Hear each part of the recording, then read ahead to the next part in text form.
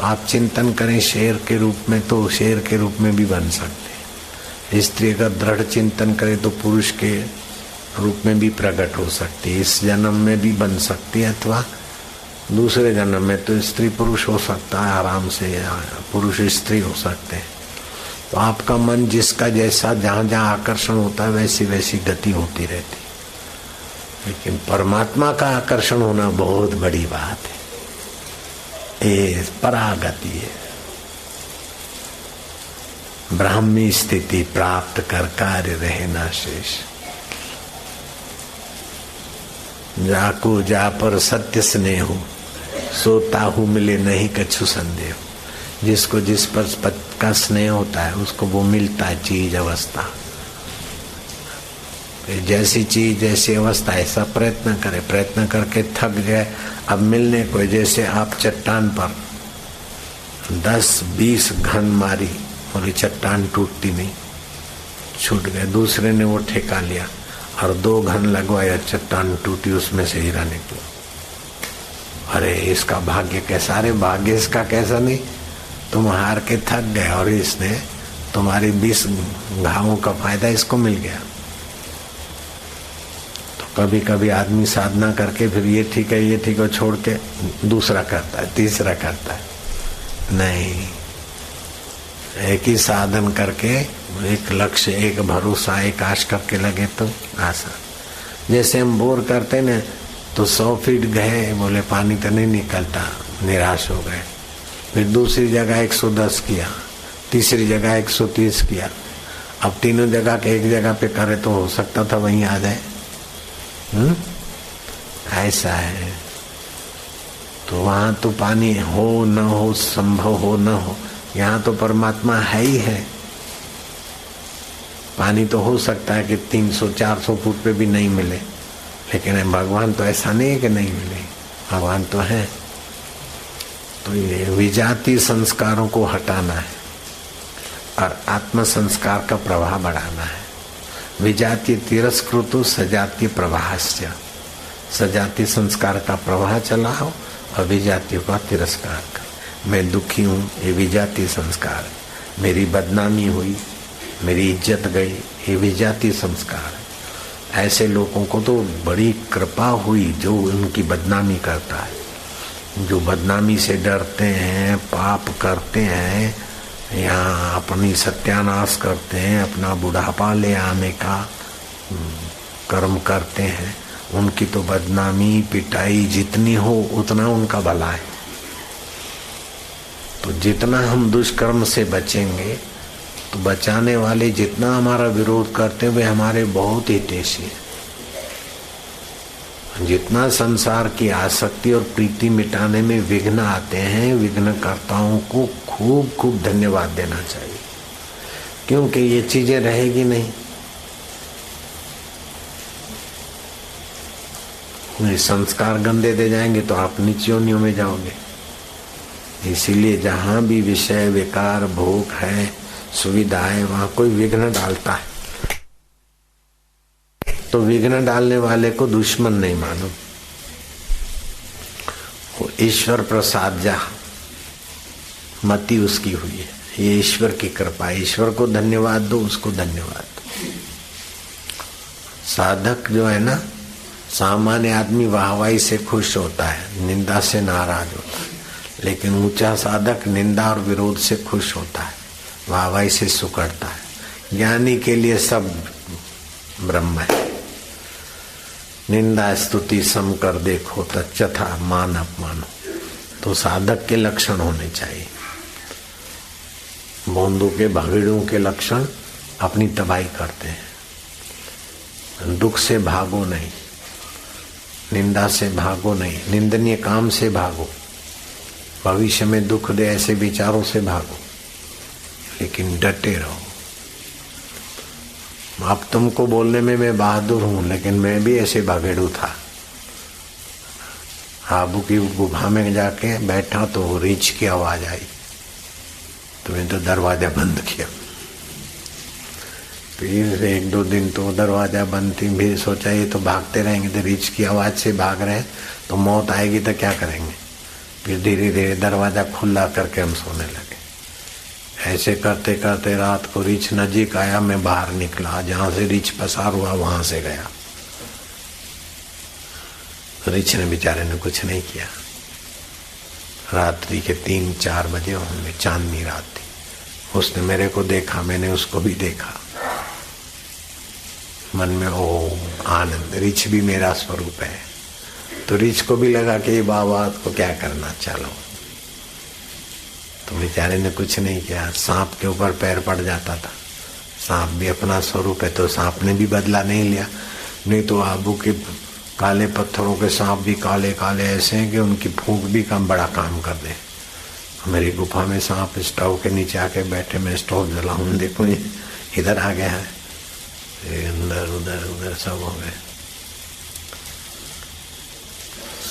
तो अपने हृदय में 2 ही नुकसान करने वाली चीजें, राग और द्वेष।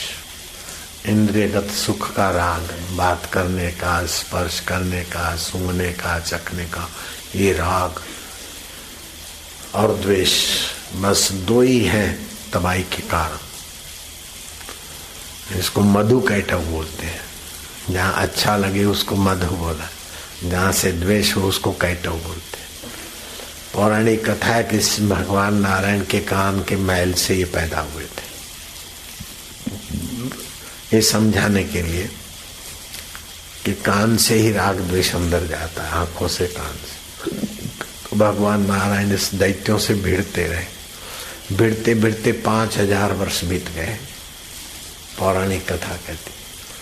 मधु कैटव मरे ही नहीं। नारायण ने सोचा कि 5000 वर्ष बीत गए मानवी, अभी तक मधु कैटव नहीं मर रहे हैं। मधु कैटव के मन में हुआ कि हम 2 और ये अकेले। वो खुश हो गए, बोले हम 2 और आप अकेले लड़ रहे हैं, अभी तक हार नहीं मानते, हम तुम पर प्रसन्न हैं।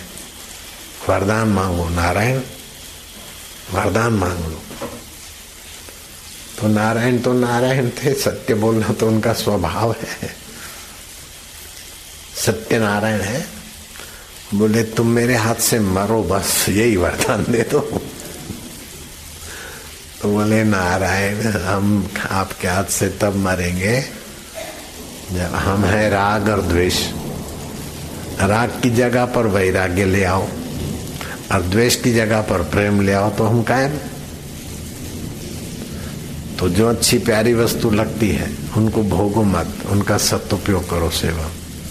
और जिनसे द्वेष है उनको आत्मी भाव से मान, तो मधु कैटव शांत है। दाल आहुति करो, यज्ञ दाल आहुति, खुद ही चक्कर खा के गिर जाते। तो द्वेषी को ही सताता है, राग को सताता है। लेकिन त्याग और प्रेम त्यागी को और प्रेमी को परमात्मा से मिला देता है। अब आपके हाथ की बात है, आप राग से प्रेरित होकर काम करो, द्वेष से प्रेरित होकर काम करो, अथवा तो प्रेम, परमात्मा प्रेम और संसार से वैराग्य, बस दोनों हाथ में लड्डू।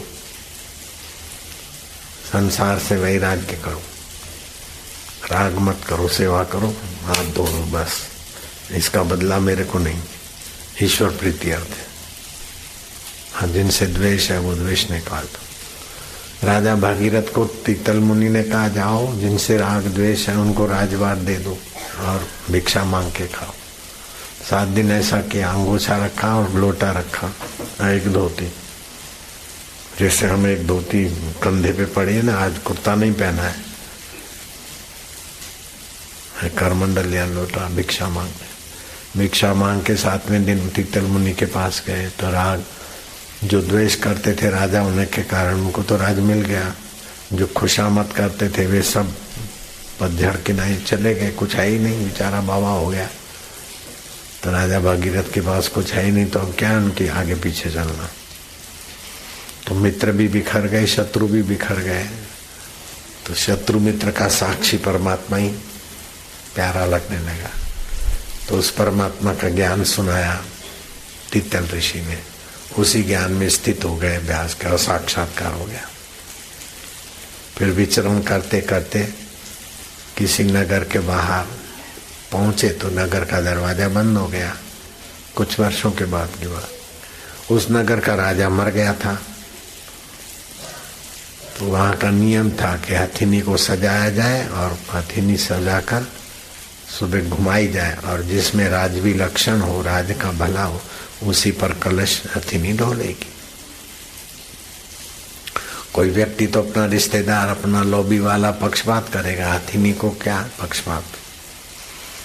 तो राजा भगीरथ में राजवी लक्षण थे, साधु वेश में थे। हथिनी ने उन पर कलश डोला। मंत्रियों ने और प्रजा ने उनका सत्कार करके राजगद्दी पे बिठा दिया। अब राग नहीं है, द्वेष नहीं है, तो समता है, भगवत रस है, भगवत ज्ञान है। मंत्रियों का मन बदला, शोषक मंत्री भी पोषक हो गए। क्या ले जाना है। तो आलसियों में भी कर्म योग आ गया, भक्ति योग आ गया, ज्ञान योग आ गया। तो थोड़े ही समय में राज ब्रह्मज्ञानी भगीरथ के प्रभाव से राज लहराने लगा। प्रजा के लोग सुखी होने लगे। जैसे सत्संगी और व्यक्तियों की अपेक्षा ज्यादा प्रसन्न है, सुखी है, संतुष्ट है, ऐसे पूरा राज्य सुखी संतुष्ट होने लगा। तो जो शत्रुता करते थे, जिनको राज छोड़ दे के आए, वो भी वृद्ध हो गए हैं भोग भोग कर। राज मिल गया तो रानियां भी मिली, खुशामद खोर भी मिले, ऐशारा मिला।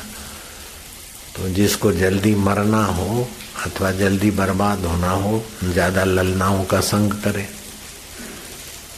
तो राज मिलने से तो ललनाएं स्वाभाविक ज्यादा मिल गई, तो जीर्ण शीर्ण हो गए। अकाल वार्धक्य, बुढ़ापे के पहले ही बूढ़े हो गए। देखना, मिलना, स्पर्श करना अथवा बात करना, ये भी जीर्ण शीर्णता का ही कारण होता है।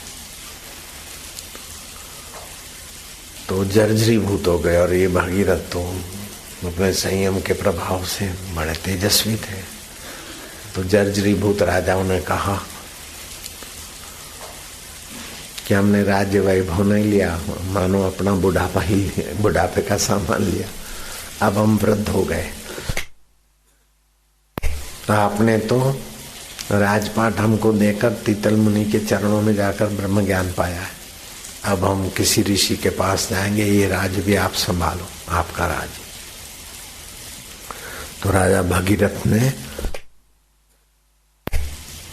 पहले वाला राज भी संभाला। पहले ज्ञान नहीं था आत्मा का, तो उस राज्य का संभालने की मेहनत पड़ती थी। अब सुख लेना नहीं, सुख देना है, मान लेना नहीं, मान देना है। देने वाला तो निष्फिकर होता है। दोनों राज्य अच्छी तरह से चलते थे। फिर उनको हुआ कि सगर राजा के पुत्र मर गए हमारे कुल खानदान में। गंगा जी को लाने का प्रयत्न किया, लेकिन वो रहे नहीं। चलो मैं गंगा जी को लाऊं। तो दोनों राज्यों को यथा योग्य अधिकारियों को देकर फिर जंगल में चले गए और एकांत में ध्यान समाधि करके भगवान नारायण को प्रकट किया। नारायण के चरणों से निकली गंगा स्वर्ग होते हुए धरती पे आएगी तो कौन झेलेगा। तो शिव जी को प्रसन्न किया। तो शिव जी ने अपनी जटाओं में गंगा जी को लेने का आश्वासन दे दिया। तो भगीरथ राजा गंगा लाए, इसलिए गंगा जी का एक नाम भागीरथी गंगा है, जिस तट पर आप हम हमारे जैसे लाखों करोड़ों आप हमारे जैसे लोग फायदा लेते रहते। कितना बड़ा पुरुषार्थ है एक राजा का। केवल विषय विकारों से अपने को बचाया। जितनी भी विषय विकारों की छूट लेता है आदमी अथवा उसमें जो सहायता करते हैं, वो सहायक खतरनाक है, उनको जल्दी से हटाओ दूर। जो भी विषय विकार में आपको साथ देते हैं उनको दूर हटाओ। तब रामतीर्थ बोलते थे, तब आप सुरक्षित रहोगे।